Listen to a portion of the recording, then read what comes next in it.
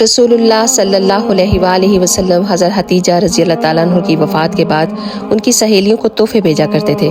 हज़रत आयशा रज़ी अल्लाह ताला अन्हा खुद इकरार करती हैं कि मैंने रसूल करीम सल्लल्लाहु अलैहि वसल्लम की इस बात पे बहुत गैरत खाया करती थी।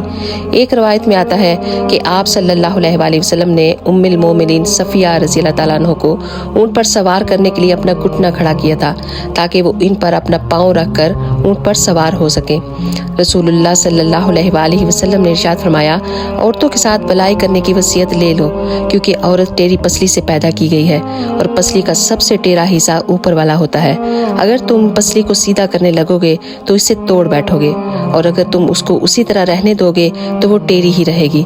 चनाचे औरतों से भलाई करने की वसीयत मुझसे ले लो और औरतों के साथ अच्छा सलूक किया करो। अगर आप भी नबी करीम सल्लल्लाहु अलैहि वसल्लम की इस बात को एग्री करते हैं तो औरतों की इज्जत करते हैं तो एक दफ़ा शेयर ज़रूर कीजिएगा। जज़ाक